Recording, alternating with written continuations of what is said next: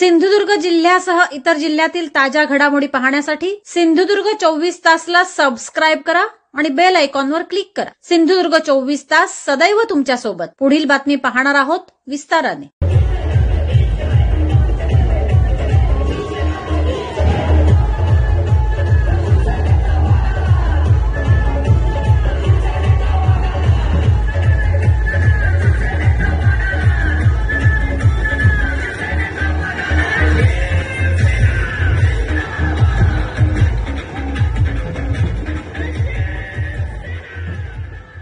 या महाविकास आघाडीकडून सतीश सावंत, सुशांत नाईक, अतुल रावराणे ही मंडळी देखील इच्छुक होती आणि या काही इच्छुक मंडळीमध्ये नाराजी असल्याचं चित्र, महत्वाचं व्हिजन किंवा प्रचार यंत्रणेतील महत्वाचा मुद्दा कोणत्या पद्धतीचा असेल आणि यावेळी बहुमताने विजय होऊन हॅट्रिक साधू अशा पद्धतीचं एक वातावरण या ठिकाणी निर्माण झालं आहे।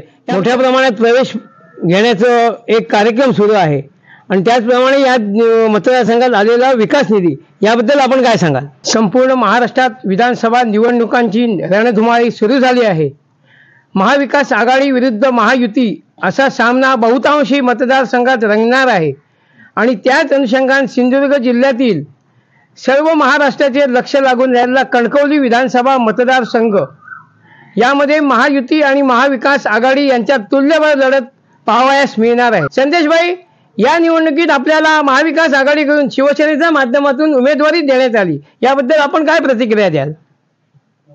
या राज्याचे माजी मुख्यमंत्री, या महाराष्ट्राचे शिवसेनेचे पक्षप्रमुख आदरणीय उद्धवजी ठाकरे साहेब यांनी शिवसेनेचा एबी फॉर्म अधिकृत उमेदवारी ही त्या ठिकाणी या मतदारसंघाची मला दिलेली आहे।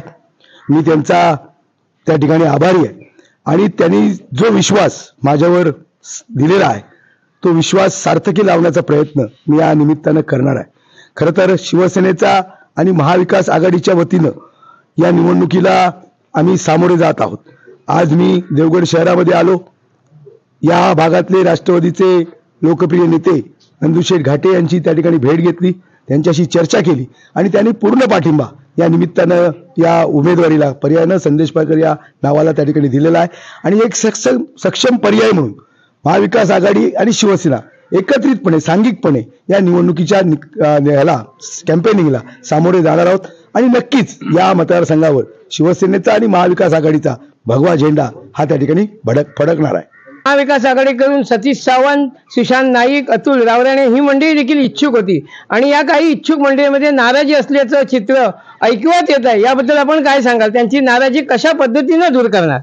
संघटनेतल्या किंवा इतर पक्षातल्या, राष्ट्रवादी असेल, काँग्रेस असेल, शिवसेना असेल, जे सगळे कार्यकर्ते पक्षवाढीसाठी मेहनत घेत आहेत त्या सगळ्या कार्यकर्त्यांचा निवडणुकीला उभा राहण्याचा अधिकार आहे आणि त्या ठिकाणी पक्षाकडे त्यांनी आग्रही राहणं आणि आपली भूमिका, आपण उमेदवारीसाठी इच्छुक आहोत ही भूमिका मांडणं योग्य आहे आणि जो निर्णय एकदा झाल्याच्या नंतर पक्षप्रमुखांनी महाविकास आघाडीने एक निर्णय घेतला, तो निर्णय हा प्रत्येक पक्षाच्या कार्यकर्त्याला बंधनकारक आहे आणि आमच्या अतिशय सगळ्यांच्या खेळीमेळीच्या वातावरणामध्ये चर्चेमधनं लोकशाहीच्या पद्धतीनं याच्यामध्ये निर्णय झालेला आहे आणि सगळे माझे सहकारी जे इच्छुक होते ते सगळे माझ्याबरोबर आहेत।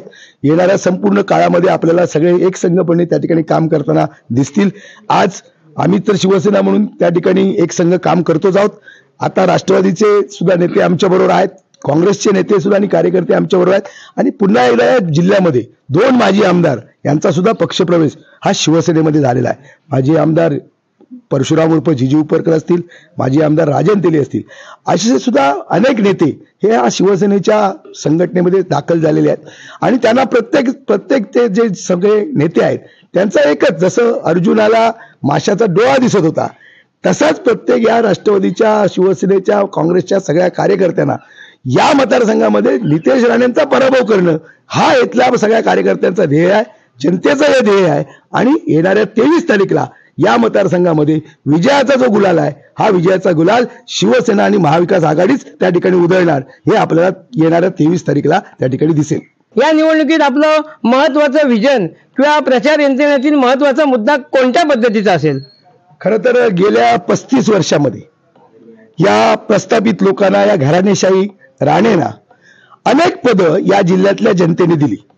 ज्यावेळी त्यांनी निवडणुकीला उभे राहिले जनतेचं प्रेम त्यांना मिळालं आणि अनेक पदं मिळाली. मग ते आमदार झाले, ते मंत्री झाले, ते मुख्यमंत्री झाले, या खासदार झाले, केंद्रीय उद्योग मंत्री झाले. त्याचबरोबर आज त्यांचा मुलगा त्या ठिकाणी आमदार आहे, ते स्वतः त्या ठिकाणी खासदार आहेत. आणि म्हणून सातत्यानं त्यांना जनतेनं सत्ता दिली. पण या 35 वर्षामध्ये माझ्या जिल्ह्यातल्या जनतेला काय मिळालं? काय विकास झाला? कोणाचा विकास झाला? विकास झाला राणेंचा. त्यांच्या आर्थिक संपत्तीमध्ये वाढ झाली. त्यांनी त्या ठिकाणी सत्ता हेच त्यांचं ध्येय आहे. आज बघा, ज्या ठिकाणी राणे हे संपले होते राजकारणात, त्यांचा स्वतःचा स्वाभिमान पक्ष होता, तो पक्ष वर्षामध्येच त्यांना विसर्जन करावं लागला.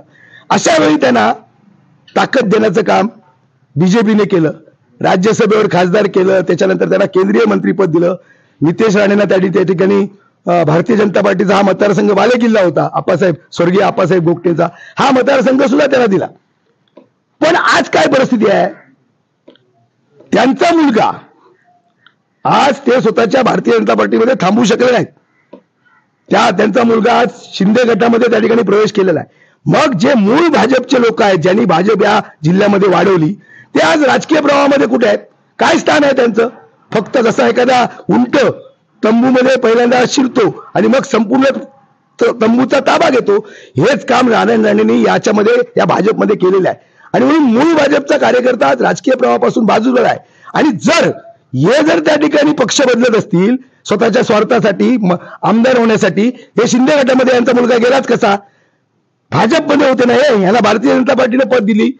मग आता हे भारतीय जनता पार्टीच्या मूळ कार्यकर्त्याला तुम्ही माझ्यावर प्रामाणिक राहा हे कसं काय सांगतात? यांच्या घरातल्या लोकांनी पक्ष बदलायचा स्वतःच्या स्वार्थासाठी.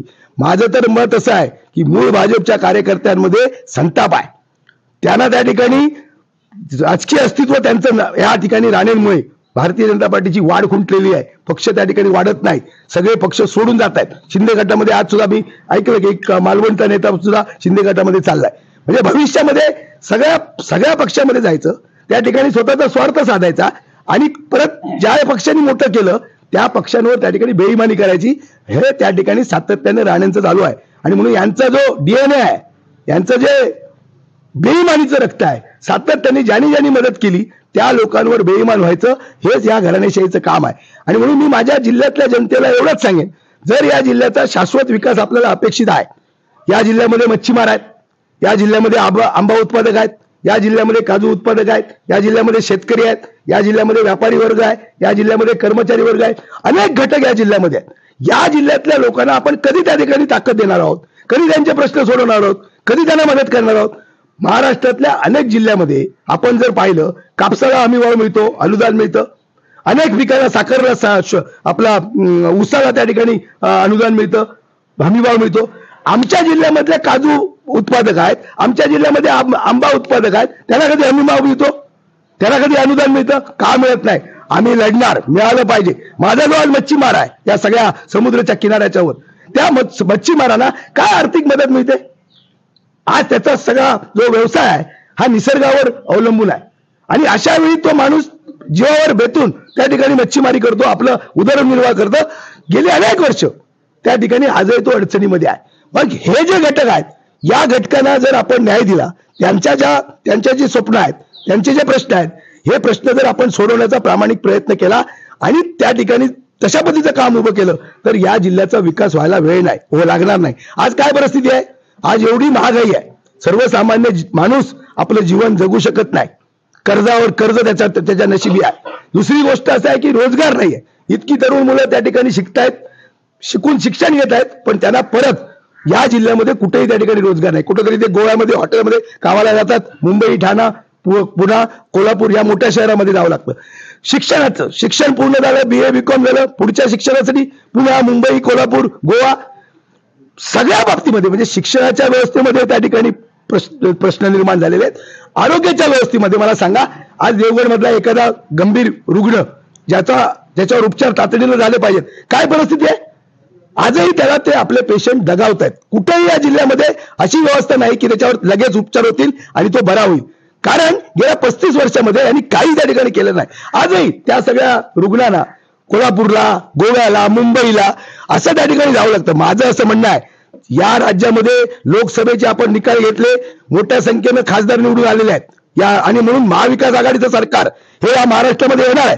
आणि म्हणून मी उद्धवजी साहेबांना सांगणार आहे, महाविकास आघाडीच्या सगळ्या नेत्यांना सांगणार आहे की एक मोठं पॅकेज जवळजवळ 50 ते 25,000 कोटीचं हे कोकणासाठी द्या आणि इथल्या तरुणांना जे काही उद्योग असतील, व्यवसाय असतील, आरोग्याच्या व्यवस्था असतील, शिक्षणाच्या व्यवस्था असतील, ह्या सगळ्या मच्छीमार, आंबा बागायतदार, आपले काजू उत्पादक, शेतकरी, म्हणजे सुपारी, नारळ, जे माझे लोक आहेत, घटक आहेत, व्यापारी, नोकरदार, सगळे कर्मचारी वर्ग, यांच्या ज्या अडचणी आहेत या अडचणी समजून घ्या आणि त्यांना कोकणामध्ये त्यांचं भविष्य करण्याची संधी यामध्ये निर्माण होऊ दे, अशा पद्धतीची आमची भूमिका त्या ठिकाणी आहे. आणि म्हणून मी जिल्ह्यात तुमच्या या चॅनलच्या माध्यमातून जिल्ह्याच्या जनतेला एवढंच आवाहन करतो की आपण किती दिवस राण्यांची चाकरी करणार आहात, कुठेतरी स्वाभिमानी व्हा. या प्रस्थापितांच्या विरोधात, घराणेशाहीच्या विरोधात सर्वसामान्यांचा माणसाचा आवाज बुलंद होऊ दे, प्रत्येकाला या जिल्ह्यामध्ये एक मोकळा श्वास घ्यायला मिळू दे, हाच प्रयत्न या निवडणुकीमध्ये आहे. आणि म्हणून एक संधी आम्हाला, शिवसेनेला, महाविकास आघाडीला या संपूर्ण जिल्ह्यामध्ये द्या. तिन्हीच्या तिन्ही उमेदवारांना महाराष्ट्राच्या विधानसभेमध्ये पाठवा. नक्कीच या जिल्ह्यामध्ये जो शाश्वत विकास आहे हा विकास आम्ही करू आणि या जिल्ह्यातल्या जनतेला सर्वांगीण न्याय देण्याचा प्रयत्न करू. आर्थिक समृद्धी आणण्याचा सुद्धा आमचा त्या निमित्तानं प्रयत्न राहील आणि सिंधुदुर्गवासियांचा सन्मान हा त्या ठिकाणी राहिला पाहिजे. आज सिंधुदुर्ग जिल्ह्याचा कायापालट हा पर्यटनामध्ये होऊ शकतो. पर्यटनामध्ये एवढी ताकद आहे. शेजारचं आमचं जे गोवा राज्य आहे हे पर्यटनाच्या जोरावर आज त्या ठिकाणी आर्थिक समृद्ध झालेला आहे. माझ्या जिल्ह्यामध्ये गोव्यापेक्षा सुंदर आमचा जिल्हा आहे. अनेक त्या ठिकाणी समुद्र किनारे आहेत, हिल स्टेशन्स आहेत, अनेक गडकिल्ले आहेत छत्रपती शिवाजी महाराजांचे, अनेक मंदिर आहेत, कुणकेश्वर सारखं तीर्थक्षेत्र आहे, अंगणवाडी सारखं तीर्थक्षेत्र आहे, गावागावामध्ये जागृत देवस्थान आहेत. जर आपण त्याच्यामध्ये काम केलं, प्रत्येकाला त्या ठिकाणी विकासाकडे नेलं तर माझ्या जिल्ह्यातली जनता ही सुखी होईल, समाधानी होईल आणि आर्थिकदृष्ट्या सक्षम होईल.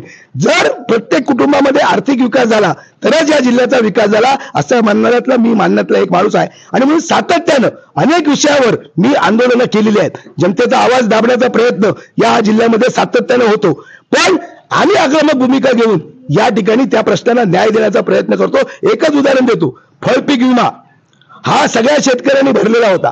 1 जुलैला त्या शेतकऱ्यांना हे पैसे मिळणं गरजेचं होतं, पण या सरकारने आपला हप्ता भरला नव्हता. केंद्र सरकारने आपला हप्ता भरला नव्हता. रिलायन्स कंपनी त्या ठिकाणी ऐकत नव्हती. आम्ही सतीश सावंत साहेबांच्या नेतृत्वाखाली शिवसेनेचं, महाविकास आघाडीचं आंदोलन केलं आणि आवाज उठवला. 88 कोटी रुपये जवळजवळ शासनाचे तातडीने जमा झाले. केंद्र शासनाचा सुद्धा दुसरा हप्ता 4 दिवसामध्ये जमा झाला आणि माझ्या जिल्ह्यातले जवळजवळ 31,000 आंबा उत्पादक आहेत, 11,000 काजू उत्पादक आहेत. या शेतकऱ्यांना फळपीक विमा देण्यास सुरुवात झाली. त्यांच्या खात्यामध्ये पैसे जमा सुद्धा व्हायला लागले. ही आंदोलनाची ताकद आहे, ही शिवसेनेची ताकद आहे, ही महाविकास आघाडीची ताकद आहे. आणि म्हणून जनतेला गृहीत धरून चालणार नाही. त्यांचे हक्क आणि त्यांना न्याय हा द्यावाच लागेल आणि ती लढाई लढण्याच्या करता आमची ही लढाई आहे, आमची ही वैचारिक लढाई आहे. सातत्यानं तुम्ही जनतेच्या मतांचा फायदा स्वतःसाठी केलात, पण यावेळी आपण जनता निश्चित परिवर्तनाला जनतेची सुरुवात आहे. येणाऱ्या काळामध्ये आपल्याला बदल दिसेल. या मतदारसंघामध्ये सुद्धा नितेश राणे हे मोठ्या मताधिक्याने पराभूत होतील. पूर्वीचा देवगड होता विधानसभा मतदारसंघ आणि आता कणकवलीचा विधानसभा मतदारसंघ हा भाजपचा बालेकिल्ला. आणि यापूर्वी स्वर्गीय आमदार अप्पासाहेब गोगटे, अजितराव गोगटे, प्रमोद जठार आणि त्यानंतर आमदार नितेश राणे यांनी या मतदारसंघाचं प्रतिनिधित्व केलं आणि यावेळी बहुमताने विजयी होऊन हॅट्रिक साधू अशा पद्धतीचं एक वातावरण या ठिकाणी निर्माण झालं आहे. याबद्दल आपण काय सांगाल?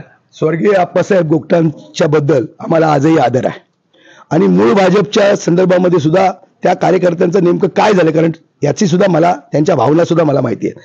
खरं तर राणे भाजपमुळे, राणे समर्थकांमुळे या जिल्ह्यामध्ये भारतीय जनता पार्टीच्या प्रामाणिक कार्यकर्त्याला कधीही त्या ठिकाणी न्याय मिळालेला नाही. आणि म्हणून आज जनतेमध्ये उद्रेक आहे, जनतेमध्ये संताप आहे. पण ज्या पद्धतीनं निर्णायक मतं घेऊन विजयी होण्याचं जे त्यांचं जे दरवेळेचं जे कार्यक्रम आहे, हा कार्यक्रम सुद्धा जनतेला कळून चुकला आहे. ते त्यांचं असं असतं, जनतेमध्ये पहिला भय ते निर्माण करतात, जनतेमध्ये दहशत निर्माण करतात, जनतेमध्ये दबावाचं राजकारण आणतात, अनेक प्रलोभनं, आमिष हे सगळं करतात. नंतर ते ऐकत असतील तर मग त्या ठिकाणी पैशाचं वाटप होतं आणि कुठंतरी 1,000-2,000च्या पैसे वाटपामुळे कुठंतरी मतांमध्ये त्या ठिकाणी फरक पडतो. पण आज आम्ही सुद्धा त्याच ताकदीनं, म्हणजे आम्ही काही पैसे वाटणार नाही, पण कार्यकर्त्याला मेहनत घेण्यासाठी आम्ही त्या ठिकाणी तशा पद्धतीचं काम नियोजन सुरू केलेलं आहे. प्रत्येक गावागावामध्ये, प्रत्येक बूथमध्ये माझा कार्यकर्ता तळमळीने मेहनत घेतोय आणि त्याला नेमकं हे जे गणित आहे, विजयाचं गणित कळून चुकलेलं आहे. ती सगळी जबाबदारी ही माझ्या कार्यकर्त्यावर दिलेली आहे, माझ्या नेत्यांवर दिलेली आहे. आणि मी मगाशी आपल्याला म्हणालो, सांघिकपणे आम्ही जनतेचं प्रेम, जनतेचा आशीर्वाद या निवडणुकीमध्ये मिळवणार आणि या निवडणुकीवर, या देवगड, कणकवली आणि वैभव मतदारसंघावर शिवसेनेचा भगवा, महाविकास आघाडीचा भगवा हा त्या ठिकाणी फडकवणार आहोत. महाविकास आघाडीतील मित्र पक्ष राष्ट्रवादी काँग्रेस, शरद पवार गट आणि राष्ट्रीय काँग्रेस यांची प्रचार यंत्रणेतील सहभाग आणि आपल्याला या प्रचारात मिळत असलेला जो प्रतिसाद, याबद्दल आपण काय सांगाल? खरं तर मी ज्या गावामध्ये जातो, जनतेला ज्या भेटी करता जातो, निवडणुकीला मत मागण्याकरता जातो, संघटनेच्या कामाकरता जातो, राष्ट्रवादी असेल, काँग्रेस असेल आणि शिवसेना असेल, हे सगळे त्या ठिकाणी फार मोठा प्रतिसाद या सगळ्या निवडणुकीमध्ये फिरत असताना मला त्या ठिकाणी मिळतोय. खरं तर आज या जिल्ह्यामधला कुठलाही समाज हा समाधानी नाही. मराठा समाजाला आरक्षण देतो म्हणून सांगितलं, ते दिलेलं नाही. दलित समाजाला त्या ठिकाणी ताकद देतो म्हणून सांगितलं, तर त्यांची आरक्षणाची भूमिका त्याच्यावर निर्णय नाही. ओबीसी समाजाला आरक्षण देतो म्हणून सांगितलं, त्याही ठिकाणी आरक्षण दिलेलं नाही. मुस्लिम समाजाला आरक्षण देतो म्हणून सांगितलं, त्याला पण आरक्षण दिलेलं नाही. धनगर समाजाला आरक्षण देतो म्हणून सांगितलं, त्या धनगर समाजाला सुद्धा आरक्षण दिलेलं आहे. आणि म्हणून कुठलाही समाज या ठिकाणी आनंदी नाहीये, त्यांचे प्रश्न त्या ठिकाणी सुटलेले नाहीत. आणि म्हणून त्याला प्रत्येकाला कळून चुकलेला आहे की आपण या भागाचा जर आमदार बदलला नाही, या महाराष्ट्राचं सरकार बदललं नाही, तर आपल्याला त्या ठिकाणी आपले प्रश्न त्या ठिकाणी सुटणार नाहीत. आणि त्यामुळे जनता जी आहे ही आता जागरूक झालेली आहे. आणि त्यामुळे हे आव्हान जे आहे, हे आव्हान आम्ही त्या ठिकाणी पेलू. त्यांना ते म्हणजे याच्यामध्ये आहेत की अशा आविर्भावामध्ये आहेत, अहंकारामध्ये आहेत की आपणच या ठिकाणी जिंकणार. पण ही चित्र परिस्थिती बदललेली आहे.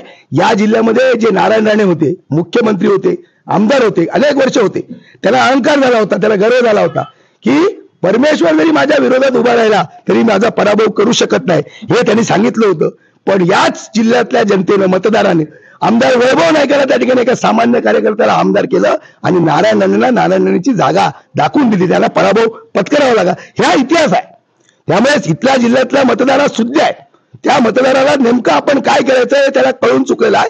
आणि आता यापुढे राणेंची चाकरी या जिल्ह्यातली जनता त्या ठिकाणी करणार नाही. तशाच तसं उत्तर, जसाच तसं उत्तर हे त्या ठिकाणी इथली जनता ही त्यांना त्या ठिकाणी देणार आहे. या संपूर्ण विधानसभा मतदारसंघात मोठ्या प्रमाणात प्रवेश घेण्याचं एक कार्यक्रम सुरू आहे आणि त्याचप्रमाणे या मतदारसंघात आलेला विकास निधी, याबद्दल आपण काय सांगाल? जे प्रवेश चालले ह्या नितेश राणेंचा केविलवाणा आणि जनतेची दिशाभूल करण्याचा प्रयत्न आहे. लोकसभेच्या मतदानामध्ये त्यांना या मतदारसंघामध्ये 42,000 मतं अधिकची मिळाली होती आणि त्यावेळी त्यांना ज्यांनी मदत केली त्या लोकांचे प्रवेश घेत ते आता फिरतायत. पण एकीकडे हा प्रवेश घेत असताना त्यांच्याबरोबर असलेले जे लोक आहेत हे त्या ठिकाणी तीव्र नाराज आहेत. आणि त्यामुळे मी मगाशी आपल्याला सांगितलं की या मतदारसंघामध्ये मोठ्या मताधिक्यानं आम्ही ही निवडणूक जिंकणार आहोत. आणि 23 तारीखला नितेश राणेंना त्या ठिकाणी ह्या प्रवेशाबद्दल, आपल्या राजकीय अस्तित्वाबद्दल जे काय होईल ते त्यांना त्या दिवशी त्या ठिकाणी समजणार आहे. ही वस्तुस्थिती आहे. मी गावागावामध्ये फिरतोय. प्रचाराचं ज्यावेळी उमेदवारी सुद्धा घोषित झाली नव्हती, पण आम्ही ठरवलं होतं ज्याला कोणाला उमेदवारी मिळेल त्या मशाल चिन्हाला महाविकास आघाडीचा कार्यकर्त्याचं काम आपण करायचं. आणि म्हणून आम्ही थांबलेलो नव्हतो. आम्ही आमचं काम त्या ठिकाणी गावागावामध्ये सुरू केलेलं आहे. सगळी जनता आता त्या ठिकाणी एकटे होते. फक्त या ठिकाणी थोडीशी दहशत आहे, भीती आहे, दबावाचं राजकारण मी मगाशी म्हणालो, पैशाचं वाटप आहे. पण ह्या सगळ्याला झुगारून लोक पैसे सुद्धा यांच्या उद्या स्वीकारतील, पण मत मात्र त्या ठिकाणी शिवसेनेला आणि पर्यायानं महाविकास आघाडीला जनता त्या ठिकाणी देताना दिसेल. कारण आता खूप झालं, राणे खूप झालं. कारण एवढं सगळं करून सुद्धा जनतेला काय मिळालं हा प्रश्न लोकांच्या समोर आहे. त्यामुळे बदल हा निश्चित होणार, परिवर्तन निश्चित होणार. आणि उद्या ही काळ्या दगडावरची पांढरी रेघ आहे की नितेश राणे हे मोठ्या मतधिक्यानं या मतदारसंघामध्ये पराभूत होताना आपल्याला दिसतील. एकंदरीत पाहता या कणकवली विधानसभा मतदारसंघात महाविकास आघाडीचं कार्य आणि महाविकास आघाडीचा सततचा जो असलेला संपर्क, यावेळी निश्चितपणे या कणकवली विधानसभा मतदारसंघात एक परिवर्तनाची वेगळी लाट आणि जनतेत असलेली नाराजी ही निश्चितपणे महाविकास आघाडीच्या पाठीशी उभी राहील. आणि या भागातून महाविकास आघाडीचा पर्यायाने शिवसेनेचे उमेदवार विजयी होतील, बहुमताने विजयी होतील असा आत्मविश्वास या ठिकाणी महाविकास आघाडीचे शिवसेनेचे उमेदवार संदेशभाई पारकर यांनी या ठिकाणी व्यक्त केला आहे. सिंधुदुर्ग 24 तासाठी दयानंद मांगले, देवगड. समुद्रकिनारे, वळणावळणाचे रस्ते आणि टुमदार मंदिरे पाहण्यासाठी पर्यटकांची पसंती नेहमी कोकणाला असते. निसर्गाच्या समृद्धीबरोबरच फिरताना कोकणात मनमुराद निसर्गाचा आनंद लुटण्यासाठी आलाय तर मग कशाला करताय राहण्याची चिंता. देवगड येथील Swami residency, AC non AC rooms तुमच्या बजेटमध्ये उपलब्ध. संपर्क 917511 0202 942114 5424 8600 730700. मग कसला विचार करताय? येताय ना देवगड येथील स्वामी रेसिडेन्सीला भेट द्यायला. सिंधुदुर्ग जिल्ह्यासह इतर जिल्ह्यातील ताज्या घडामोडी पाहण्यासाठी सिंधुदुर्ग 24 तासला सबस्क्राईब करा आणि बेल आयकॉनवर क्लिक करा. सिंधुदुर्ग 24 तास सदैव तुमच्या सोबत.